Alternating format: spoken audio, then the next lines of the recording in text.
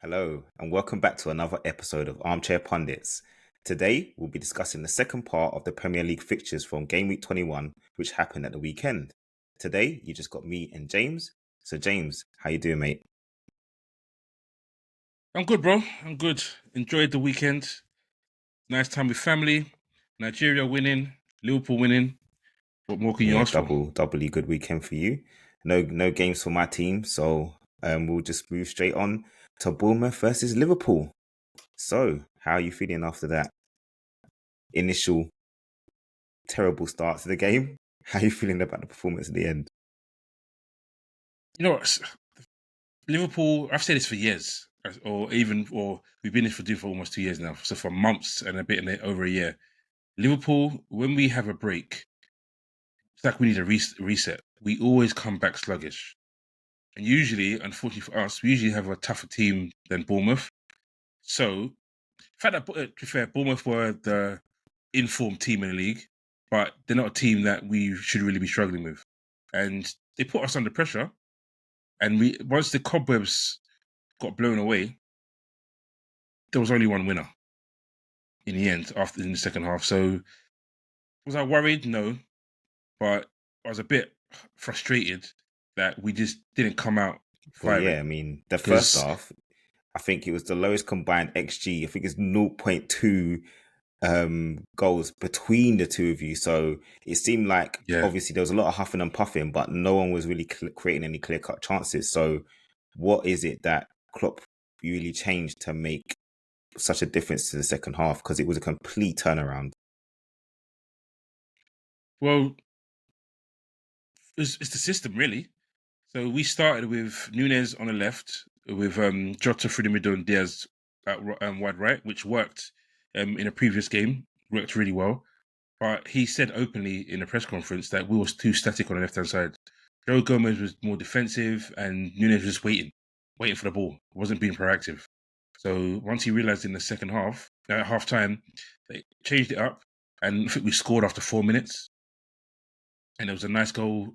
Nunez, good finish, and it's something he's got to give Klopp credit for because this season, like I think from the bench, I think there's been like 38 goal involvements, something Hmm. crazy like that, and we're way ahead of everyone else. I think I saw a stat earlier today. We have 8 plus 8 for goals in the first half, plus 41 goals in the I second think a lot half. of your goals are late That's, as well. You score a lot of late goals. Like yeah. after 90 minutes, Hmm. obviously they got the new injury time thing with adding up time correctly, but you guys have really capitalized on that. And I think the fact that you're able to bring on quality, I think your strike force has always been the key. Yeah. You know, you've always being Yeah. able to bring on guys that can get you a goal. So like it felt like when Gakpo came on, he made a real difference. Spreading the play, moving the ball quicker, and Nunes has those days, man. Like he was, both of his Mm. finishes were pretty composed, but like it's weird because there's times where in the center he looks terrible, and then you're like, oh, he'll be better off the left, and then he starts on the left, Yeah. and he's terrible, and you move in the middle, and it causes problems. So I feel like it's like whatever position he starts off in the game, he just needs to be switched at some point, and he'll make a Yeah. difference because he is a problem. But Diogo Jota just quality, isn't he? He's made such a I say it. difference for you I've guys. been saying it.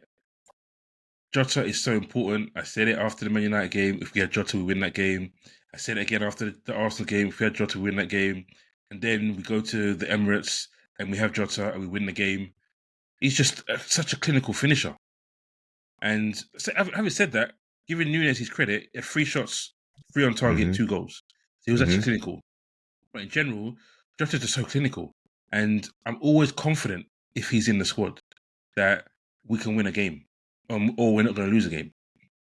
And I think he just plays really well with Alexis McAllister as well. It's probably language and style of play because Klopp was full of praise. Like Alexis McAllister was his man of the match. And you look at his stats: 11 made passes into the final third, which is as a DM, which is it was obviously very good. You expect your number 10 to be doing more of that, which is his natural role. He created 4 chances, won 12 of his 17 aerial duels, which for people who have criticised him saying that he can't do it as a number 6. Klopp said he's the best in the world, which he's obviously not. But Klopp is just giving him, just boosting his confidence. But he just does really well. 15 recoveries against Bournemouth, and I think his 9 tackles was the most in the Premier League by either a Liverpool player or by a player in the Premier League in general. I'm not sure which one I've got right, but it's definitely by a Liverpool player, and it could be by any player. So it's just going really well. And I just don't see us faltering majorly. Touch wood that we continue on this trend, because we had good news today. Curtis Jones, who went off presumably injured. It wasn't injured. The Dennis scans is completely fine, which is fantastic. We've heard that injury wise, we've got Trent on his way back. Robbo is back in full training, and Szoboszlai is back in full training. So whereas I thought we're going into these next few weeks with less players, we're actually coming up in the plus. So it just bodes well, because VVD and Kanate were just fantastic.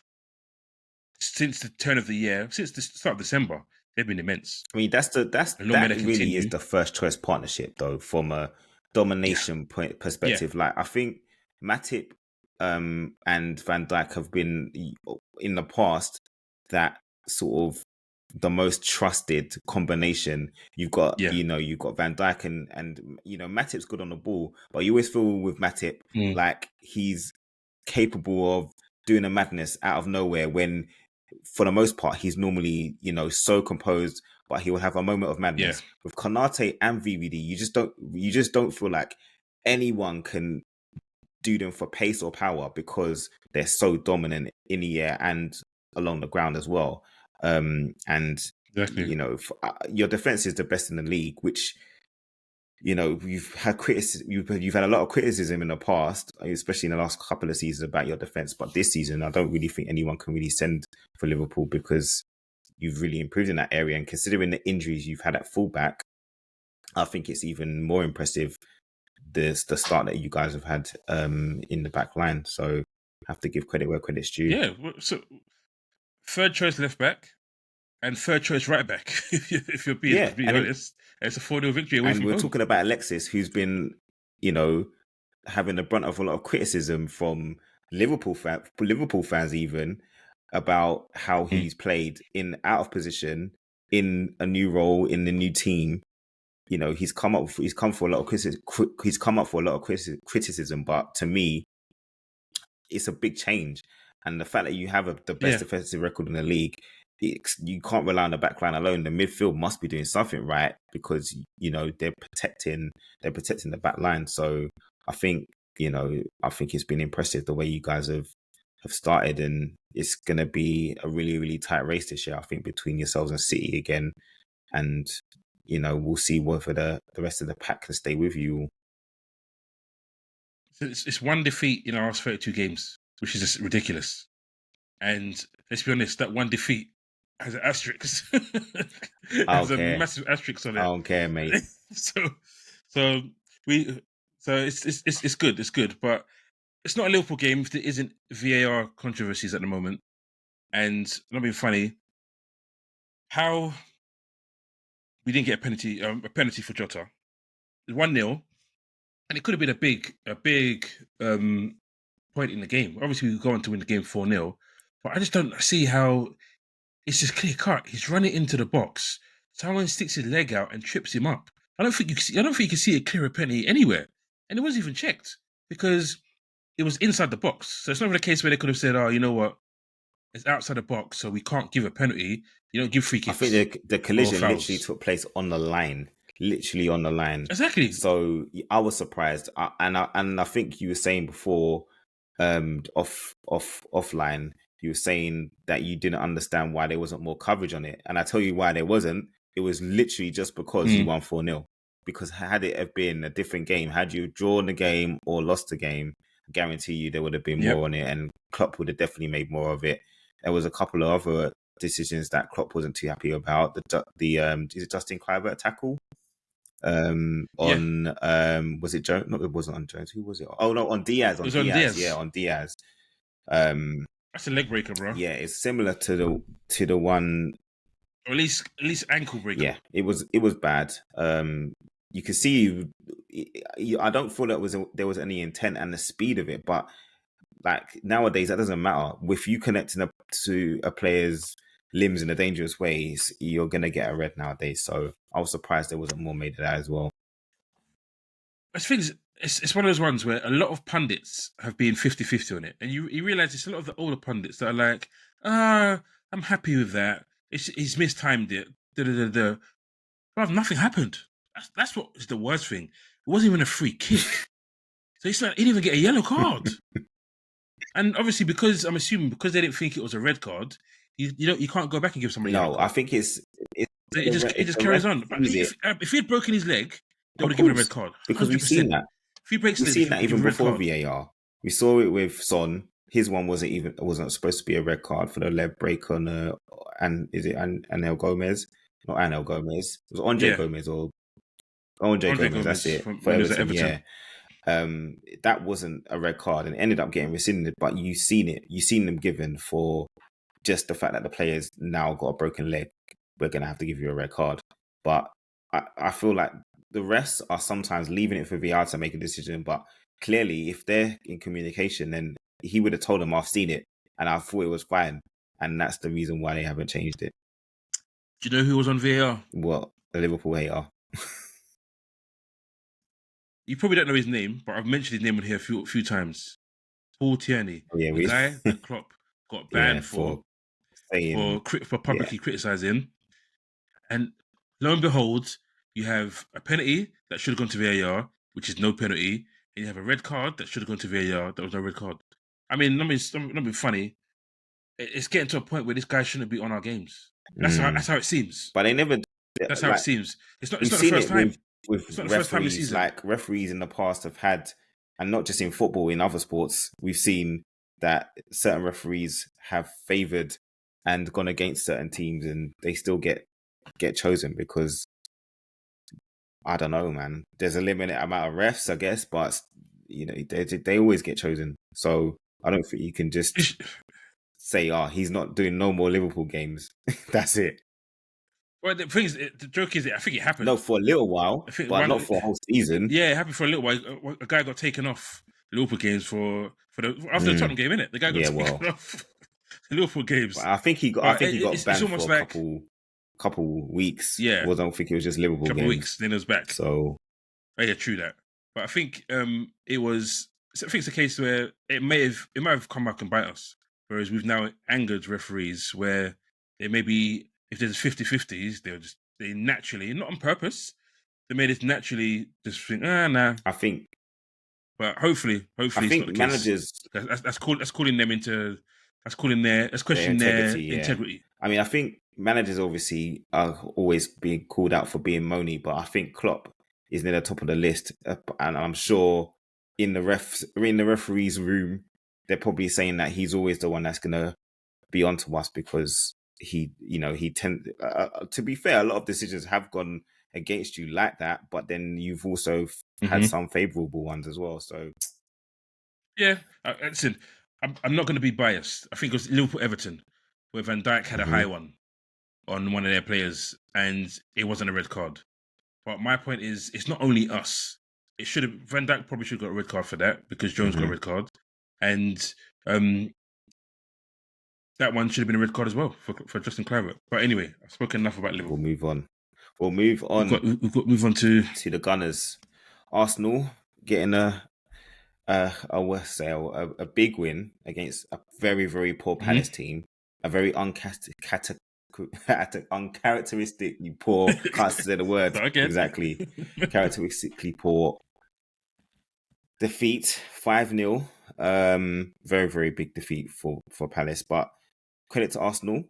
Arteta has been, calling out his players to spread the goals amongst the team, and that's what they did.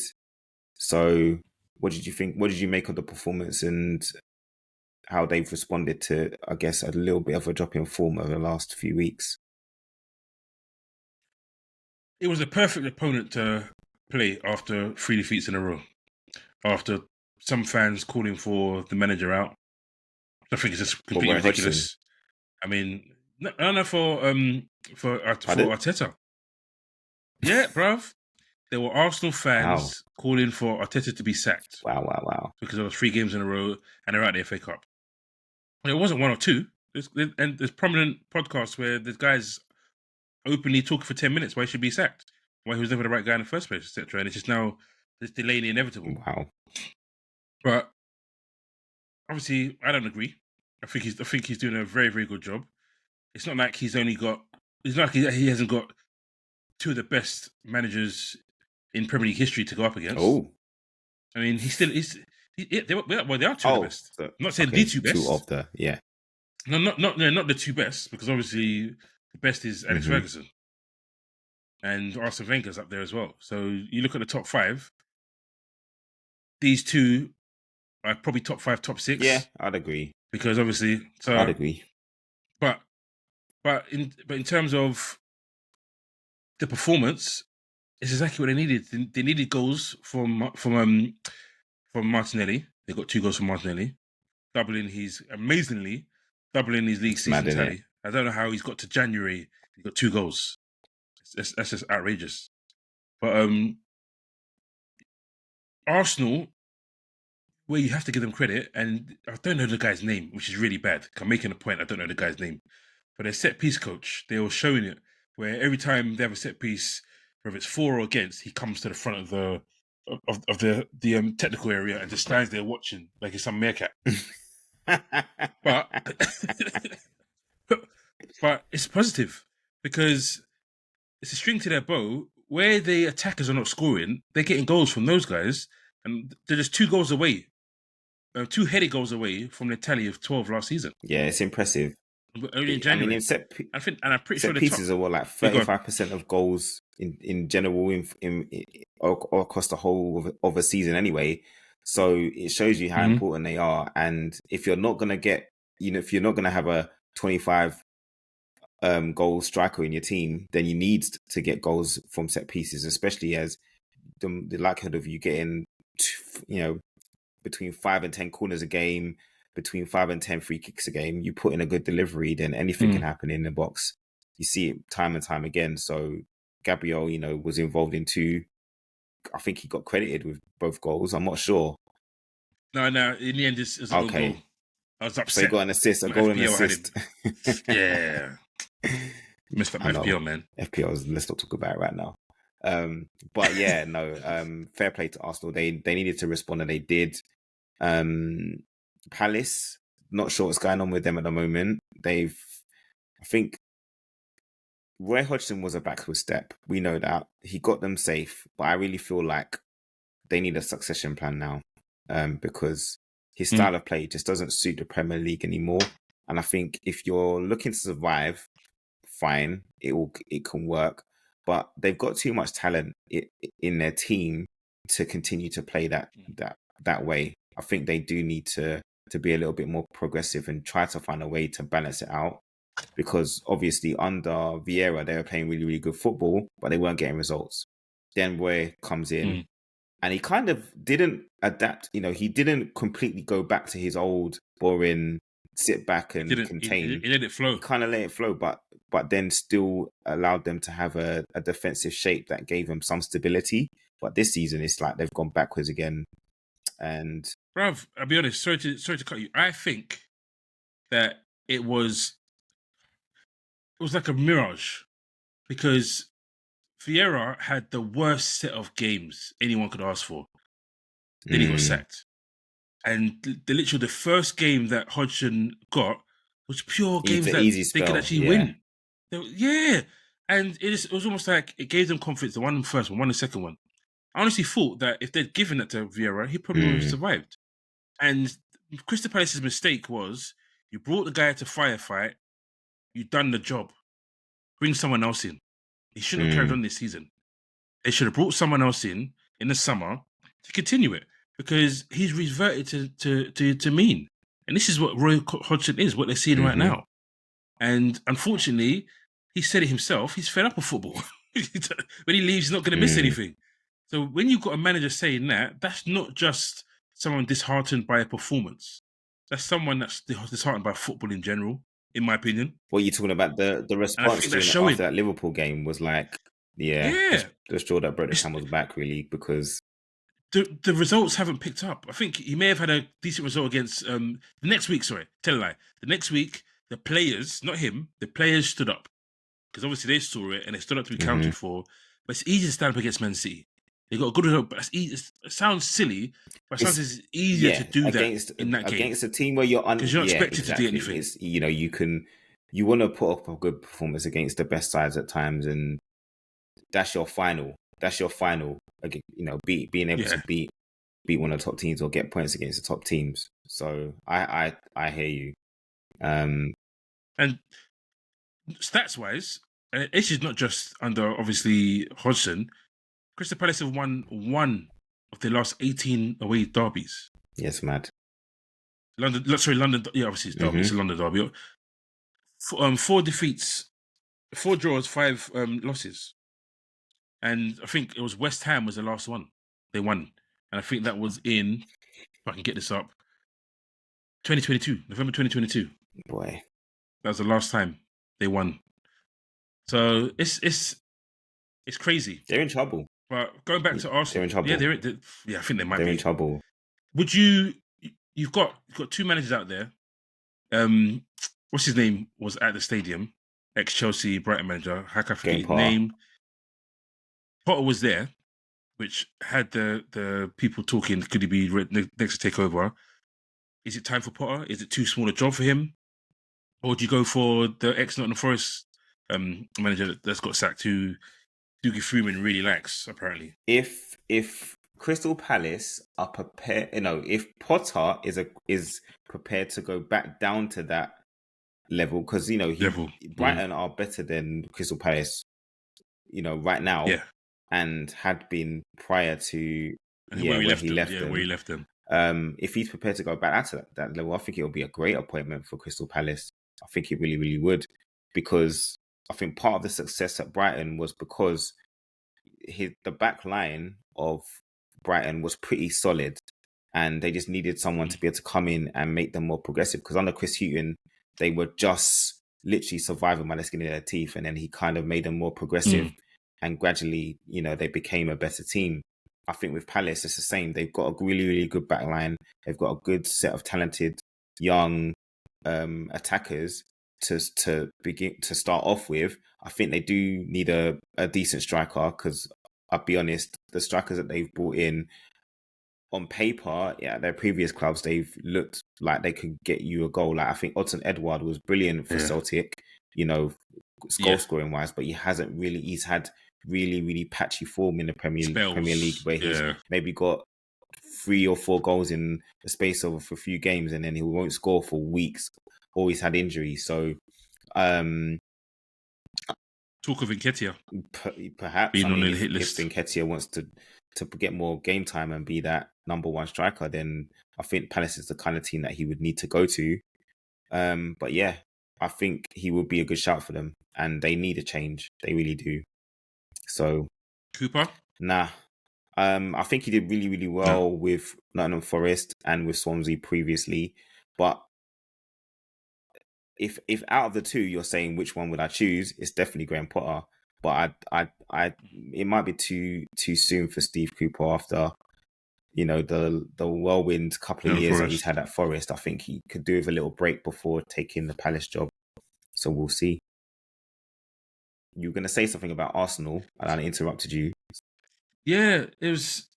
I was looking at them, and someone asked me a question whether Trossard could be a Jota, and asked, who would you take, Jota or Trossard? For me, there's no it's Jota all day long.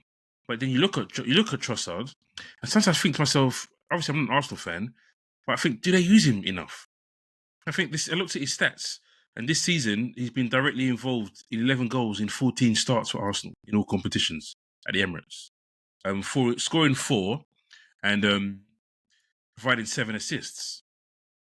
That's that's good, very good for considering the rest of the guys weren't doing much. I just wonder if they're underutilizing him. It's probably maybe a conversation for another episode where we can delve into it more.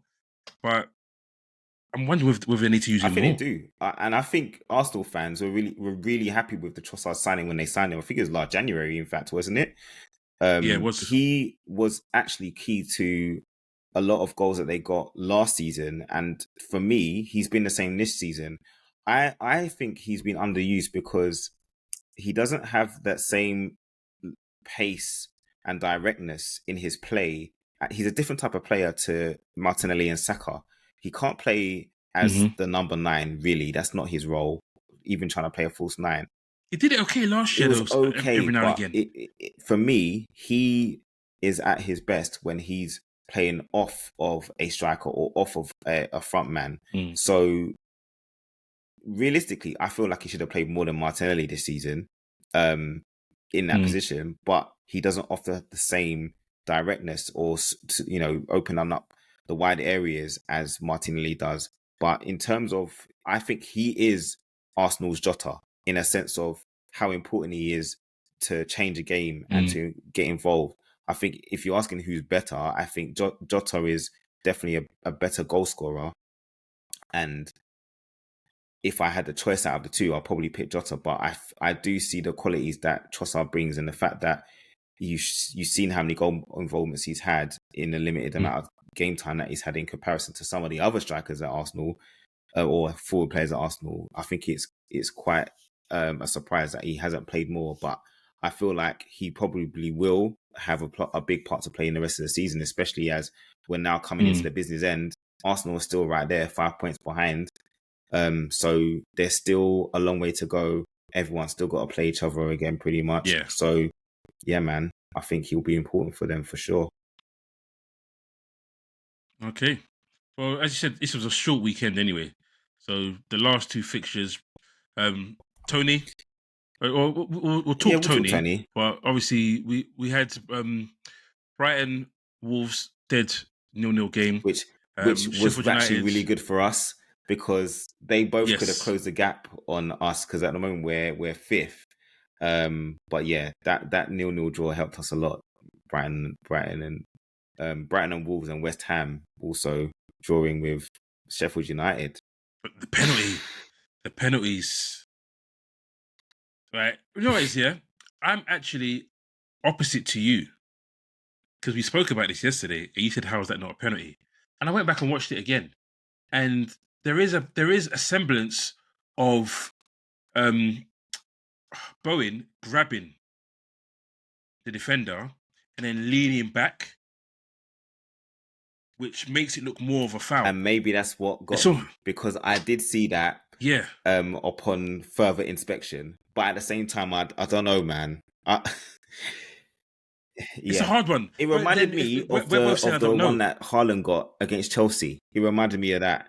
Yes, Where yeah, and that wasn't no, it a penalty wasn't. for It me. reminded me of that It because wasn't. of the way Bowen was trying to be smart about it. But I feel like the defender gave himself the possibility of conceding the pen way too easily with Yes, what he was doing. And that's why I felt it was a as they pen. say, he gave the referee a decision to make, He and did. thankfully for He's him, lucky. the referee didn't He's make one. lucky. And I think the fact that we've debated it this way is probably why VAR didn't come back and say it's Mm. a penalty or anything. Should they have made him look at it again and make his other choice? That's the only thing I do wonder why they're doing It less might of have that, been that the making them referee go back saw and it make and their said, I didn't choice. think it was a penalty like handbags at high And noon or, yeah, 6 of one, half does the other or yes, whatever. And they've gone, you know what? and they Having agreed. looked at it, yeah, I don't think it's an obvious error because Bowen does what you said he did. So, yeah, but dodgy one. But yeah, so we digressed and we went completely off kilter. Tony, we was talking about Tony's return Yeah, back to Brentford's starting lineup and a goal on his return. And is it cheating? what, the free kick? Is it cheating? It is cheating. But I but what I would say is that it's not an egregious way of cheating. Like it's not like What I handballing would, and I feel if I'm mm, being really honest, Jack, we see this all the time. When there's a free kick mm, in certain positions, we've seen it before. We've seen it with the best the I best was the going to best ask free you. kick takers in the world. They shift the ball all the time in certain areas, like Pirlo, Beckham. They would like Beckham didn't like free kicks too close to the box because he wanted to be able to get it over the wall or around the wall, whatever. So he bring the ball back a little bit or move it to one way. Your boy does it as They well. all do it, man. They all do it. The only Madison reason does why it. this is a big thing is because Toney was so obvious in what he was trying to do. Like, he moved the ball Because he moved the and foam. he moved the foam. The foam baited it up because he moved the foam, he grabbed the foam and then put the foam where he wanted the foam to be, where he positioned the ball. Now, what I would say as a defender, to me, you are all either completely just oblivious to what he's doing, which somebody that you've got. You're not supposed to be though, because even Darren Bent was saying someone is always designated to be That's watching what the they ball. should be doing. So it's their fault. They should be ref. He's moving the ball. Not even just that, right? Even if he did move the ball, what do? Guys, we need to adjust. You move across. Because all he does, the way he scores that free kick, like if the ball is adjusted to where he's placed the ball, it'd be easy for you to adjust and block it. But no, you've made it now easy for him to just literally bend it. The goalkeeper can't see; it's too late, and so they've complained afterwards. But they never complained at the time. They only complained after the game. They never complained whilst it happened. They just, oh no, we've conceded. But they didn't do their due diligence to me, and that's the reason why they've ended up. It was made worse because you had Ryan Yates lining up the wall facing the goalkeeper and saying he's going to bend it round, and the goalkeeper saying, "Don't worry about it." But I think which goalkeeper would that be? Turner. So say no more. Say no more. You watched a podcast where Turner was getting castigated, and also being told by an ex-professional football player it's not only his fault. But we'll talk about that afterwards if you can't remember what I'm talking about. But what I would say on it is all the stuff that they're saying about Toney moving it, and I've lost count of how many times I've seen a referee turn around, walk away, he's saying, he's moved the spray. How many times do you see people line up the wall, referee turns around, and they walk over the spray? You can't even see the spray. That's fine. Exactly. So it's fine for defenders to step over the spray, and now the attacker only has 9 yards. But if an attacker now moves the ball and moves the foam, because you see players move the foam with their feet as well. This is obviously egregious. Cheating is a very, very strong word, isn't it? Because it's not cheating. I don't think so. It's taking advantage of a situation. You can call it gamesmanship. You can call it whatever you want. Gaining an advantage, gamesmanship, however you want to call it. Cheating obviously sounds extreme. So we'll say he was taking advantage and he was using gamesmanship, to gain an advantage, which most players do. They always do. You see throw-ins. The throw-in should be by the corner flag. My guy is stepping up, trying to get out of the corner. All the time. Happens all the time. Is there any difference? Is there any difference between going down the line, like you said? Is there actually a difference? Because I've heard people say, but that's different. You don't score a goal from it. But sometimes you do. From it. But if you allow a goal to be scored from that level of throwing, then there's a lot of things that you didn't do to prevent it. I've gone wrong. And I still think in this instance, they didn't do their due diligence. They didn't move the ball sufficiently enough. Someone should have seen the ball's been moved, guys. We need to move along the line. Someone should be looking at that. And even the managers should be screaming at the team, guys, you're not moved a lot. Someone needs to be watching. Is it foul play enough? Because some people say it's gamesmanship or unsportsmanlike conduct. So should VAR in that situation be stepping in saying free kick needs to be retaken? Because it's committed an offence of unsporting conduct. I don't ever want to see that happen. I'm just asking the question. It depends, because we've seen, I'll be honest, we've seen the corner thing, right? I thought that the corners always had to be in a little triangle, quadrant, whatever you want to call it. They had to be. Now, just as long as the circumference of the ball is hanging over the line. What?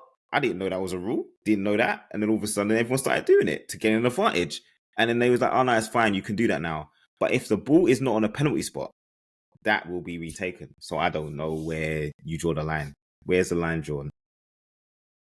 Yeah, the penalty has to be on the spot properly. There's no hanging over, whatever. No, it doesn't. It can hang over. It doesn't have to be. No, it can hang over, bro. It's the same. I can't remember. There's one striker that used to do it. He used to literally put it right at the front of the spot, and it just hung over. And I remember watching a game, and the referee came to look at it, and he pointed at the ball. That look, it's hanging over. It doesn't have to be in the middle of the spot. Wow. It's the same. Fair enough. Well, It's the same. Well, obviously he's just a ball a little bit more than that anyway, but still, for me, it's the defender's fault. He's getting an advantage, but Yeah, agreed. yeah, Agreed. nowhere near his other offense, which led him to a ban. So let's just keep him moving. Yeah. Yeah. On that note. Cool. Well, that's all for us, guys. Thank you for joining. Please don't forget to like and subscribe to the channel, and we'll look forward to seeing you again next time. Thanks again for joining. Take it easy, bro. Cool. Peace out.